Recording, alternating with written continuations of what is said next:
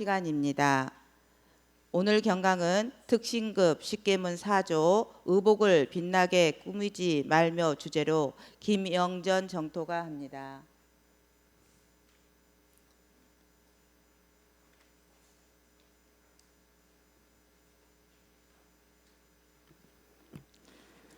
반갑습니다. 저는 14단 김영전 정토입니다. 오늘 제가 경강할 주제는 특신급 십계문 4조 의복을 빛나게 꾸미지 말며입니다.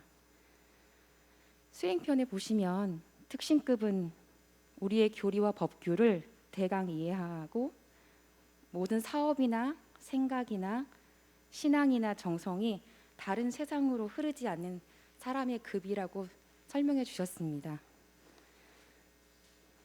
제 사업이나 생각이나 신앙이나 정성이 다른 세상에 흐르지 않는데 의복을 빛나게 꾸미지 않는 것이 중요하다는 의미가 어떤 것인지 경강을 준비하면서 여러 차례 고민해 보게 되었습니다.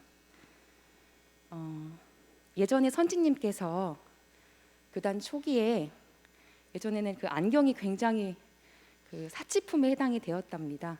그래서 안경을 쓰고 싶어서 어떤 선지님이 이제 안경을 값을 물어보고 안경을 사려고 이렇게 하는 얘기를 대종사님께서 들으시면서 맑은 눈을 가지고도 어떻게 안경을 구하느냐, 무슨 허식이냐. 그래서 그 뒤에 그 말씀을 들으시고 그 선지님은 일체 허식을 지우는 연습을 하셨다고 합니다. 이제 안경으로 대비되는 건데요.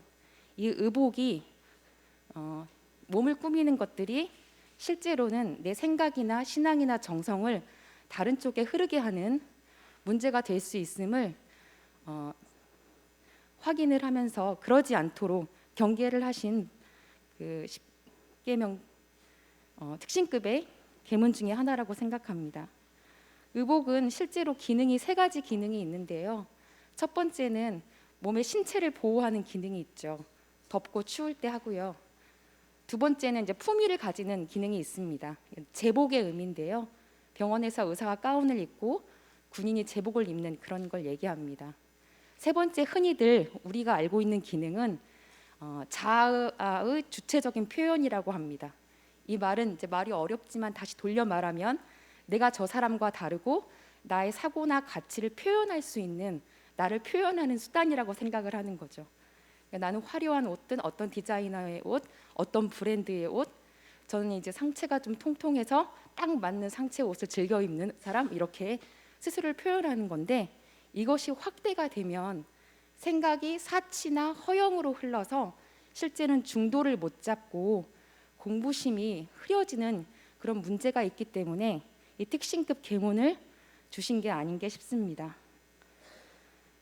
처음에 이제 정토회원이 됐을 때 그 정토회원 나름대로의 말로 전해지는 주의사항들이 있는데요. 그냥 사담이라고 하시면 됩니다. 정토회관에는 너무 화려한 옷을 입고 오지 마라. 이렇게 빨간 옷 입고 오면 어른들이 한 말씀 하신다, 이런 말씀을 들으면 처음에 20대였을 때는 고루하다라고 생각할 수도 있었습니다. 근데 다시 이 계문을 보니까 그 빨간색 옷이 중요한 게 아니라 그 유명한 브랜드의 디자이너의 비싼 옷이 중요한 게 아니라 그걸로 내가 사치하고 허용하면서 다른 사람들과 차별에 대한 마음으로 마음이 흐르는 저의 마음을 경계했던 게 아닌가. 그래서 선지님들 그리고 정토회원 선배님들이 그런 식으로 지도를 해주신 게 아닌가. 그런 지도는 실제로 특신급, 예비 특신급에 해당하는 저와 같은 초심자들한테는 중요한 계문이었다는 걸 알 수 있었습니다. 의복이 100년 전에는 사실은 신체 보호의 기능밖에 하지 않았지만 지금은 자아의 가치관이나 특성을 이렇게 표현하는 중요한 수단입니다. 자칫 오해하면 이런 것까지도 경계하는 계문으로 이해할 수 있는데요. 다시 계문을 매일 대조하는 사람의 마음에 의하면 실제로 빨간 옷을 입었든 에르메스 옷을 입었든 이게 중요한 게 아니라 그런 것들을 보고 그런 거에 흘려가는 내 마음을 보는 그런 공부가 아닌가 싶습니다.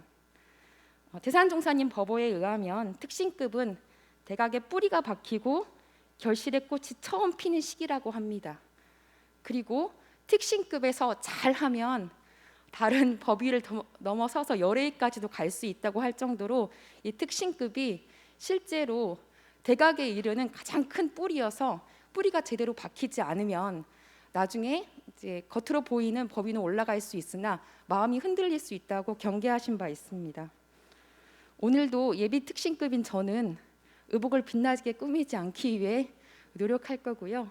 계문을 하나씩 보면서 이 말이 실제로 꾸몄는지 안 꾸몄는지 그게 중요한 게 아니라 의복에 갇혀 있는 겉모습에 갇혀서 마음이 흘렀는지 안 흘렀는지 사치와 그 편향된 마음으로 제 마음의 중도를 잘 잡았는지 보는 계문이라고 할 수 있겠습니다.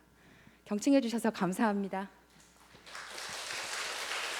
자, 마음이 흐르지 않도록 중도를 잘 잡고 공부하고